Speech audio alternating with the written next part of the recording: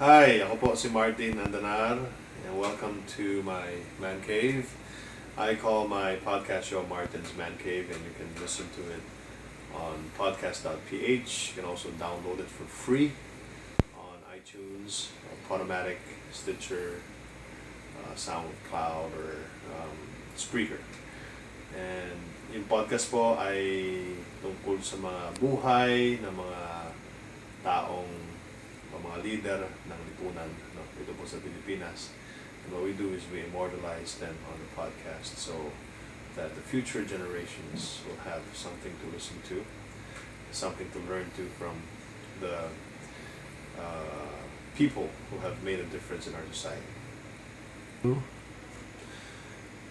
The podcast Martin's Man Cave launched on August 2014, and so we celebrated our first year just last August, and this is our I think 14th month now. I've interviewed over 68 personalities, among the famous, or most of them are famous. We've interviewed the former president, Fidel V. Ramos. We've interviewed Davao City Mayor Rolly Duterte. Also interviewed people from the NGO, like Tony Meloto. I've also talked to ambassadors like Ambassador Philip Goldberg of the United States, or Ambassador Bill Tudel of the Australian Embassy. I've also interviewed senators like Angara, businessmen like Isidro Pedro or Henry Lim, who owns the company that produces Jasponica rice, and local government officials in Metro Manila. We've interviewed sports icons like Elma Muros, and a fashion icon like Christian Espiritu, and so on and so forth. Well, I can't say that I have just one favorite. All of the podcasts that I've produced are my favorite podcasts because everything I would want to believe, all of the stories came from the heart of these people, and these people have contributed to our society one way or another, and of course big time. And I would say that there are other people that I still want to interview in the future, tulad nila Imelda Marcos, tulad ni Ayala, no? Zubel Ayala, Henry C, kung pwede pa, no? And other people who matter. It could be Efren Peña Florida, it could be your local doctor, Dr. to the Barrio. Hindi naman kailangan sikat, basta mahalaga ay may puso, no? Para makatulong sa lipunan.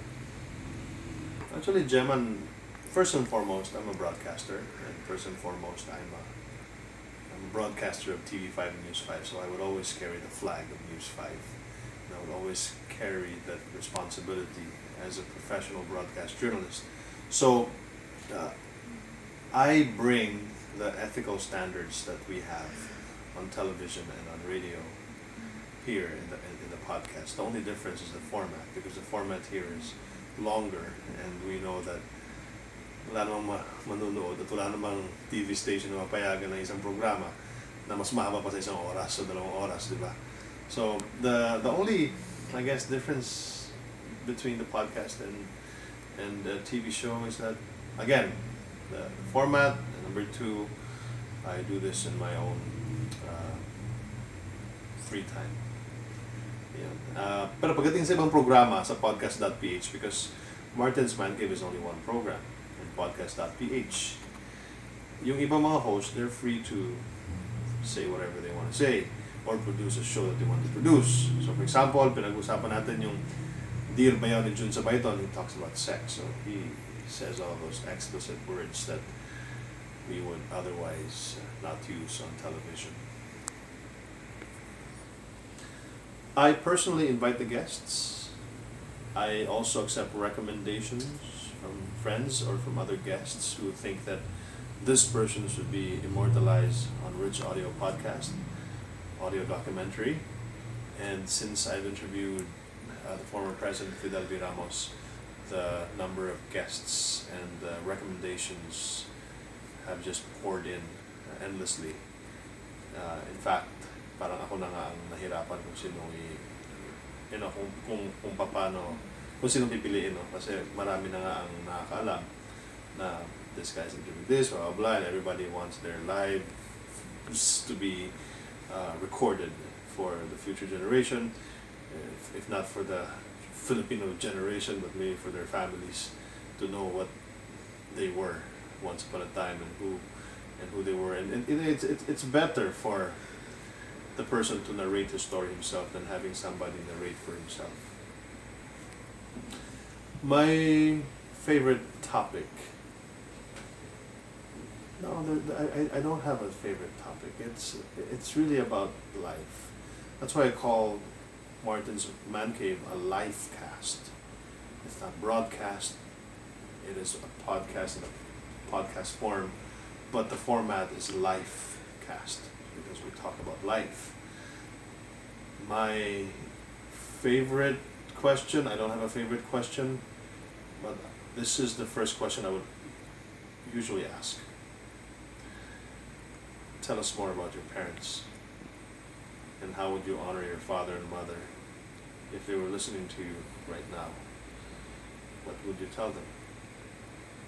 And maybe at the end of the program, I would ask them a question like, how, no, if there are 3 or 5 people you'd like to say thank you at the end of the road, who would these 5 people be? And what is your dream for the Filipino? How, my dream to be Filipino? Mahirap yung parents kasi masyado mahaba kwento. Baka magtampo ang isa pag hindi masyado. Okay.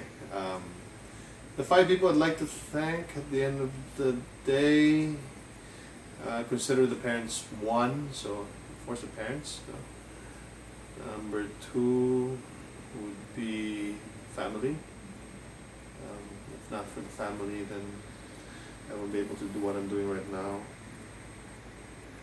Number 3 would be a teacher named Pearl Bondo. She was my second year high school teacher, and she was the one who gave me the strength and the inspiration and the confidence to perform this piece in one of those oratorical contests that we had back in the day. And because of what she did, I started to believe in myself that I can be a broadcaster one day. And 4, Al Torres, who trained me to do the voiceover and radio. And 5th will be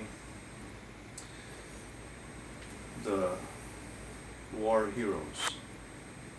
So First World War and Second World War here in the Philippines. Revolutionary heroes, sung or unsung, who died for our country. Because if not for them, we wouldn't have the democracy we're experiencing right now. Or you wouldn't be filming me right now. I wouldn't be talking to you like this. Definitely, our world is a better place than what it was in 1898. No, I'll ask everything. Well, probably I wouldn't ask how many. I wouldn't ask anything that's very personal, like what happened inside the bedroom. I wouldn't ask that. Yeah, that's the only question I would ask. Or probably I wouldn't ask. Oh no, I would ask personal questions. I would ask why you separated your wife, or why you divorced her, him, or blah blah. I'd ask anything, but unless the guest talks about sex and something. I mean, if he or she opens up, then diba? Father, enough. Mm-hmm. How am I? I think that question should be answered by my children. Because I can say, I'm the best husband in the world. Parang kapal na mukha, di ba? I'm the best father in the world. Well, of course, the family is always my priority. That's why we work. And as much as I am work-centered, I am also family-centered and God-centered. So I try to get the best of everything. But at the end of the day, the reason why we work, apart from trying to gain the importance in life or what we do, is because we want to raise our children and we want to give them a good future and good opportunity, right? So I guess so far, I think I'm good. I'm providing well, and I'm there when they need me. I'm almost in all PTA meetings, and yeah, God, yeah. A person who I will never interview. Oh my goodness, who will that be?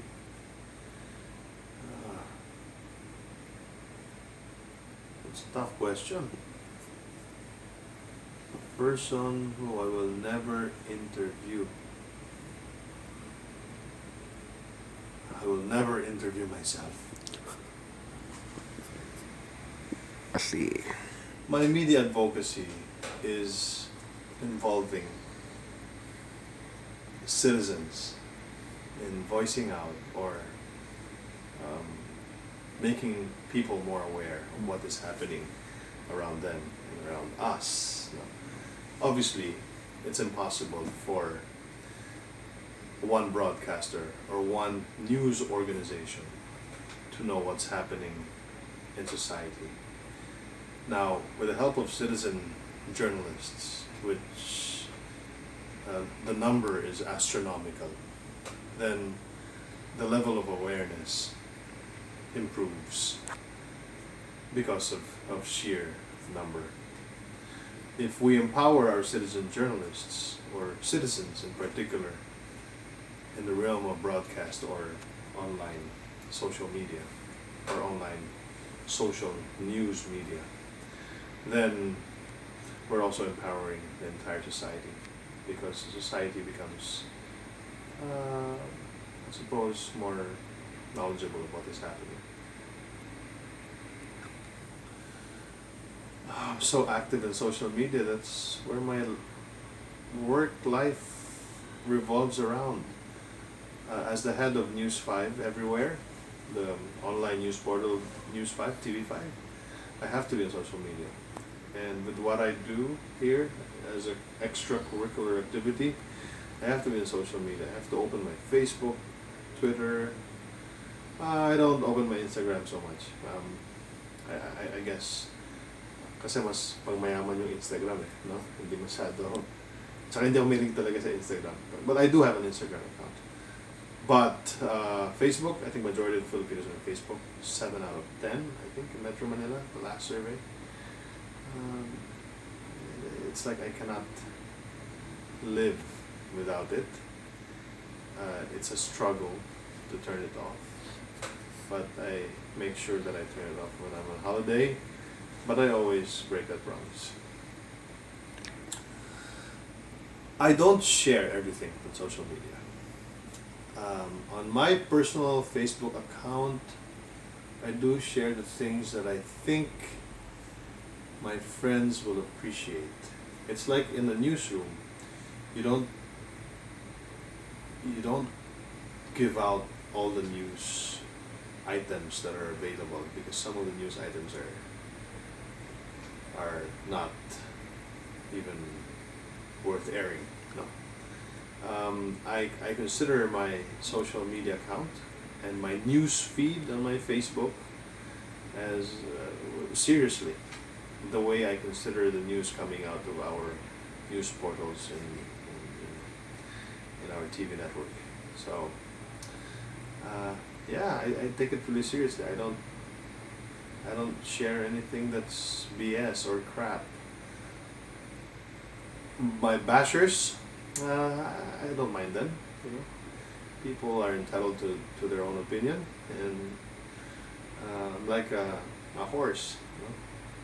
When it comes to the bashers and trolls, meron akong parang tapa-o dito. Because I mean, you can't please everybody. Expect more interviews with important people in Philippine society. Expect more lessons from these people. Expect more women to be interviewed here in the man cave. Because if you look at the lineup of the people I've interviewed, majority are male. So I'll try to interview Gloria Macapagal Arroyo when she's out of the Veterans Hospital. I think she deserves to be immortalized too. And please listen to my podcast. Soon it's going to be on video here on podcast.ph. Just go to podcast.ph. Every Friday we release a new episode of the podcast.